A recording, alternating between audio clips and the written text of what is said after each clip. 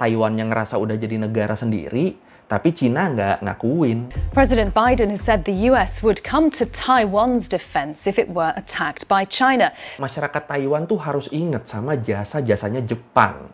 Yang udah sebenarnya gue mau bahas masalah ini nih minggu lalu. Tapi ternyata karena gue kena perkopitan, jadi baru sempet dibahas sekarang nih. Nggak apa-apa ya.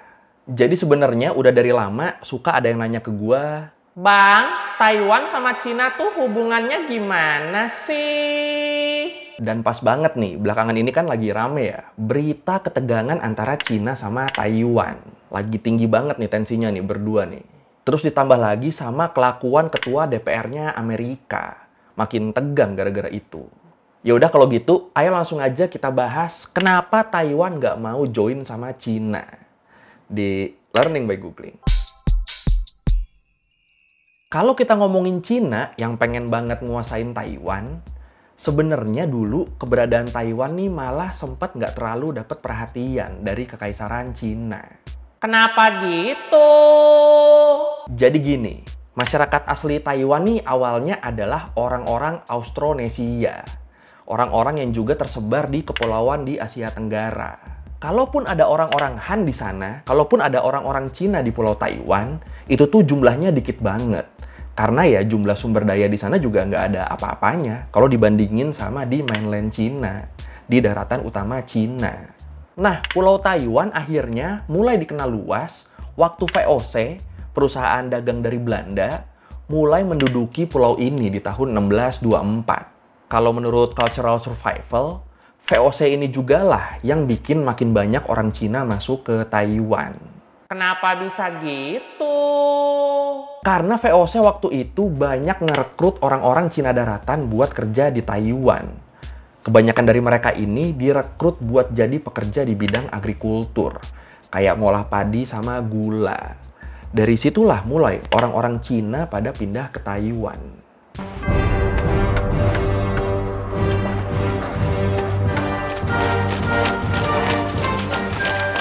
Tapi ternyata berkuasanya VOC di Taiwan ini nggak bertahan lama. Di tahun 1662, Seng Cengkong, seorang loyalis dinasti Ming, berhasil ngusir VOC dari Taiwan. Dan dia ngediriin kerajaannya sendiri, Kerajaan Tungning di Taiwan. Masalahnya, abis lepas dari tangan VOC, Taiwan ini bukannya sejahtera, mereka malah beberapa kali berpindah tangan lagi. Dinasti Ming yang ada di Cina daratan berhasil ditaklukin sama dinasti Qing. Dan ini akhirnya bikin kerajaan Tungning runtuh. Dan Taiwan diambil alih sama dinasti Qing di tahun 1683. Terus, lebih dari 200 tahun kemudian, di tahun 1895, dinasti Qing kalah sama Jepang di Perang Sino-Jepang pertama. Dan di sini wilayah Taiwan dan kepulauan di sekitarnya diserahin ke Kekaisaran Jepang. Nah, selama pendudukan Jepang inilah, baru tuh Taiwan ngalamin banyak perkembangan. Banyak infrastruktur dibangun sama Jepang di Taiwan. Kayak jalur transportasi, pusat industri, sampai sekolah. Bahkan nih, kalau menurut Reuters, mantan Presiden Taiwan, Ma Ying-jeou, dia sempat bilang kalau masyarakat Taiwan tuh harus inget sama jasa-jasanya Jepang yang udah ngebantu mereka berkembang.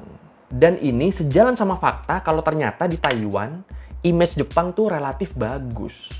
Beda lah pokoknya kalau dibandingin sama pandangan orang Korea ke Jepang atau pandangan orang Cina ke Jepang. Beda. Nah, di akhir abad ke-19, di berbagai wilayah di Asia, termasuk Cina, mulai tuh bermunculan paham-paham baru. Contohnya kayak paham nasionalisme dan demokrasi. Dan gara-gara ini mulailah terjadi revolusi besar-besaran di Cina yang bikin dinasti Qing runtuh di tahun 1912. Digantiin sama pemerintah demokratik yang dipimpin oleh Sun Yat-sen. Ini di pelajaran SMA kayaknya ada ya, Sun Yat-sen ya. Kayak pernah denger gue. Ya gak sih? Sun Yat-sen sendiri waktu itu dia nih jadi pemimpin kelompok Tongmenghu. Kelompok yang jadi cikal bakal Kuomintang. Cikal bakal Partai Nasionalis Cina. Dan ya udah, sejak saat itu Cina resmi berubah jadi negara republik dan Sun Yat-sen jadi presidennya. He's the founder of the Republic of China, but people refer to him more as the father of modern China rather than the founder of the Republic of China, because they see that if there was no Sun Yat-sen and his revolution, there would not be the modern China as it is becoming today. Tapi masa jabatan Sun Yat-sen ini nggak lama.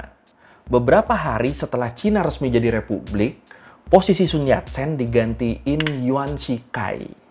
Nah, yang kocak nih, Yuan Shikai sendiri sebenarnya dulunya tuh dia adalah jenderal dinasti Qing. Dan setelah dia diangkat jadi presiden, Yuan Shikai malah mendeklarasikan diri sebagai kaisar Cina.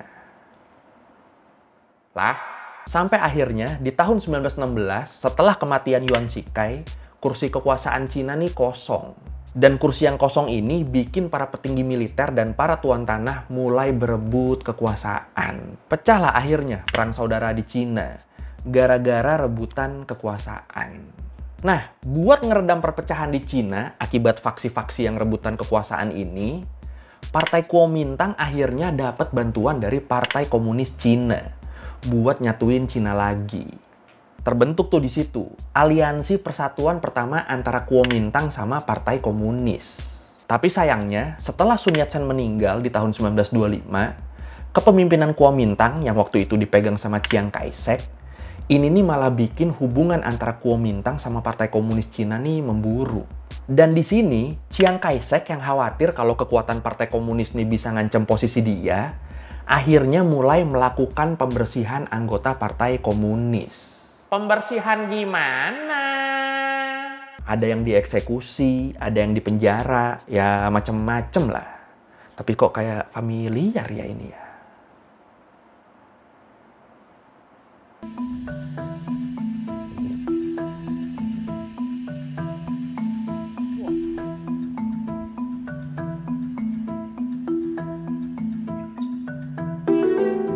Nah, di momen ini, Partai Komunis sendiri ini akhirnya kepecah jadi dua kelompok.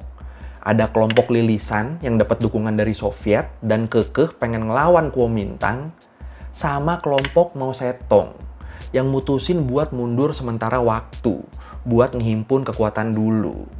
Dan singkat cerita, di tahun 1945, abis Jepang nyerah ke sekutu di Perang Dunia II, di sini, konflik antara Kuomintang sama Partai Komunisnya Mao Zedong nih udah makin parah. Terus Partai Komunis yang satu lagi gimana? Partai Komunis yang kelompok lilisan, mereka udah berhasil dibasmi sama Kuomintang. Tinggal nyisa yang Mao Zedong.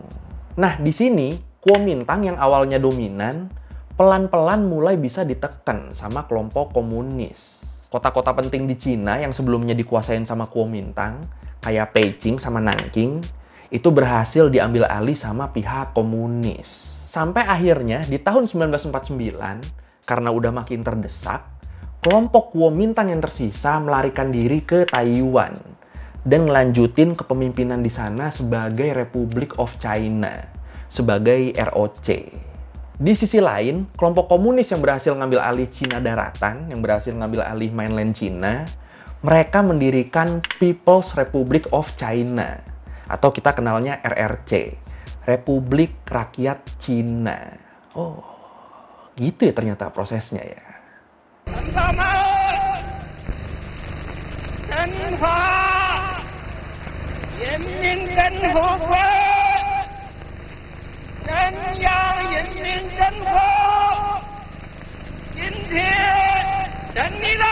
Nah, Taiwan di bawah kendali Kuomintang, mereka nih mulai nerapin darurat militer, ngerespon kekalahan mereka dari kelompok komunis. Jadi mereka selain berusaha bertahan dari ancaman serangan Cina, Taiwan ini juga berusaha buat ngedapetin kedaulatan sendiri. Mereka pengen misahin diri dari Cina sepenuhnya. Karena secara administratif, Taiwan ini masih masuk ke wilayahnya Cina. Mereka nggak mau tuh kayak gitu. Mereka pengennya bener-bener lepas dari Cina. Sayangnya, PBB ternyata cuma ngakuin Republik Rakyat Cina sebagai satu-satunya perwakilan dari Cina. Jadi kedaulatan Taiwan yang nggak bisa didapetin. Salah satu alasannya karena ya ini nggak diakuin PBB mereka. Terus di tahun 1991, Presiden Taiwan waktu itu, Lee Teng-hui, dia nih sempat nyatain kalau perang lawan Cina nih dihentikan. Dan menurut BBC, Cina juga sempat ngusulin kebijakan satu negara, dua sistem ke Taiwan.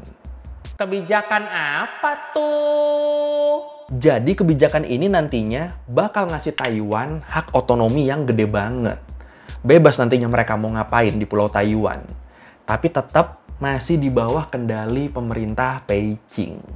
Dan kalau lu mau tahu, sistem ini juga lah yang bikin Hong Kong balik ke pelukan Cina. Tapi beda sama Hong Kong, Taiwan nolak tawaran ini. Dan gara-gara penolakan ini, langsunglah di situ pemerintah Beijing mastiin kalau pemerintahan Taiwan tuh bukan pemerintahan yang sah.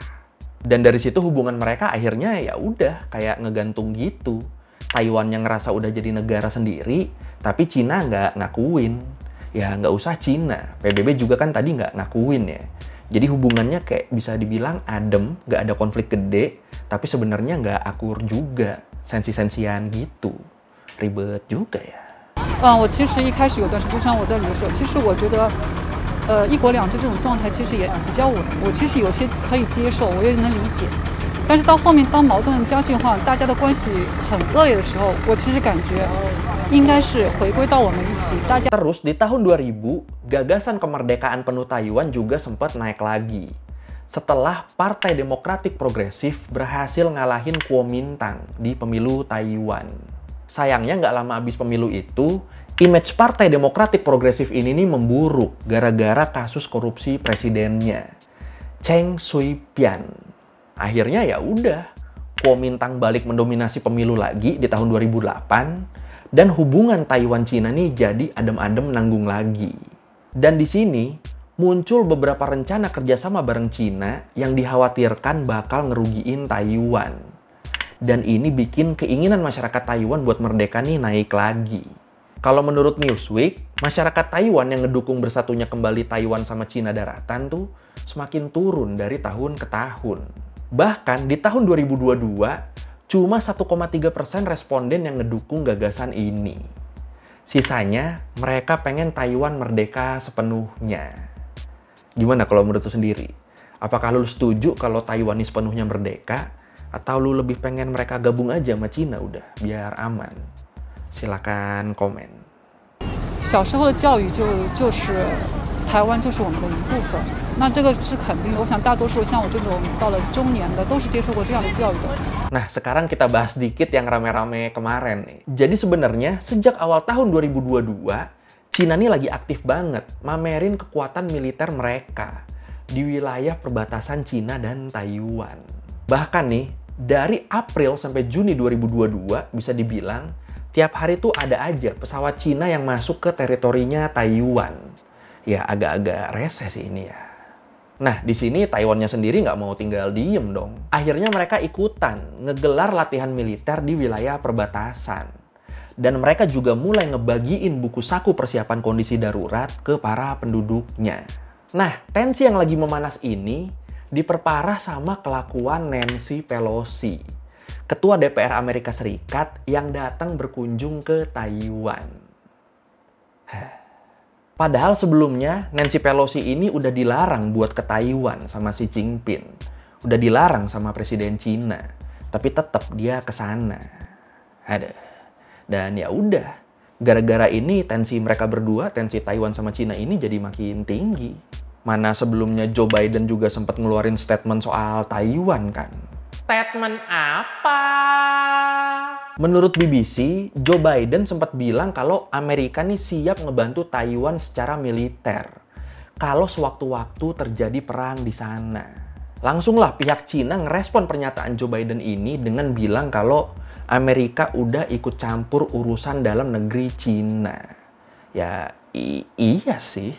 Untungnya nggak lama habis itu pihak Gedung Putih langsung ngeluarin klarifikasi. Mereka bilang kalau Amerika ngedukung kebijakan satu Cinanya Cina. Dan ini secara nggak langsung, klarifikasi ini jadi ngebantah ucapannya Joe Biden. Bisa nggak kompak gitu ya? President Biden has said the US would come to Taiwan's defense if it were attacked by China. The comments are a departure from a long-standing US policy of being vague about its commitments to the island. Oke, sekian dari Googling kali ini tentang kenapa Taiwan nggak mau gabung sama Cina. Dan kalau kita lihat dari sejarahnya ya emang konflik mereka ini udah panjang banget ya. Susah kalau mau gabung. Kalau lo merevisi kali gue udah salah, atau lo mau nanya, atau lo mau nambahin yang ada di video, bisa lo tulis di komen, kita diskusi di situ kayak biasa. Sekali lagi, thank you dan nonton, jangan lupa like, comment, subscribe. Bye. Terakhir menjadi semua usaha